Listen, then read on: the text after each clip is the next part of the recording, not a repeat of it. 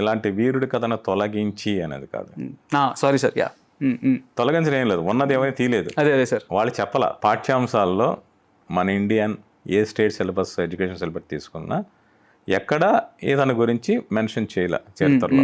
మొఘలాయుల గురించి ఎక్కువ చెప్పే దాని వెనక ఒక కారణం ఉంది. మొదటి కారణం ఏంటి అంటే మనకి చరిత్రను రికార్డ్ చేయడం అనేది చాలా తక్కువ. బేసిక్గా ఉన్న ఆధారాలు మిస్ అయిపోయో లేక ధ్వంసం చేశారో మనకు తెలియదు. కానీ మనకి చారిత్రక ఆధారాలు అంటే ఏంటంటే మొదట గుళ్ళ దగ్గర కోటల దగ్గర దొరికే శాసనాలు, ఈ దానాలు ఇచ్చారు, ఈ గుడి కట్టించారు, లేక ఈ కోట కట్టించారు, ఈ యుద్ధంలో గెలిచారు, ఇక్కడ చనిపోయారు, ఇక్కడ ఇంకోటి ఏదో చేశారు, ఇలాంటి శాసనాలు తప్పితే మనకి ఇంకోటి దొరకదు, మొదటి విషయం. రెండోది ఏంటి అంటే వాళ్ళ గురించి వచ్చే పురాణాలు, పురాణ గాథల్ని చరిత్రని కలగలిపి వచ్చేసాయి.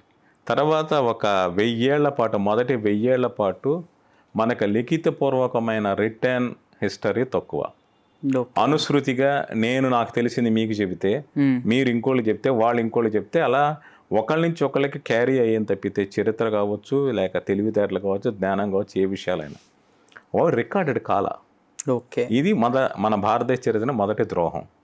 రెండో ద్రోహం ఏంటంటే మొఘలాయులు 7వ శతాబ్దంలో తురుష్కులు భారతదేశం మీద దండయాత్ర మొదలుపెట్టిన తర్వాత 10వ శతాబ్దం నుంచి ఆఫ్ఘనిస్తాన్ నుంచి గజనీ మహమ్మద్ దగ్గర నుంచి కుతుబుద్దీన్ ఐబక్ వరకు చాలామంది వచ్చారు. తర్వాత మొఘలాయ సామ్రాజ్యం, ఆ తర్వాత దక్కన్ సామ్రాజ్యాలు అన్నీ వచ్చాయి. వాళ్ళు ఏం చేశారంటే ఒక చరిత్రగానే తమతో పాటు తిప్పారు.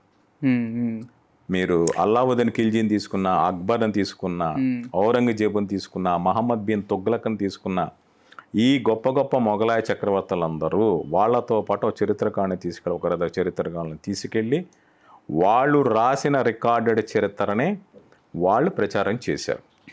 అంటే ఇప్పుడు వరంగల్ కోటని ధ్వంసం చేసినప్పుడు అమీర్ ఖుస్రో అనుకుంటా, నేను పేరు పొరపడితే క్షమించండి, ఒక చరిత్రకారుడు రాశాడు, ఢిల్లీ నుంచి బయలుదేరిన సైన్యం వరంగల్ కోటను ఎలా ముట్టడి చేసింది, ఎలా జయించింది, ఎలా వాళ్ళు ఓడిపోయారు, ఎలా చిత్రహింసలు పెట్టింది అమీర్ ఖుస్రో అనేవాడు రాశాడు.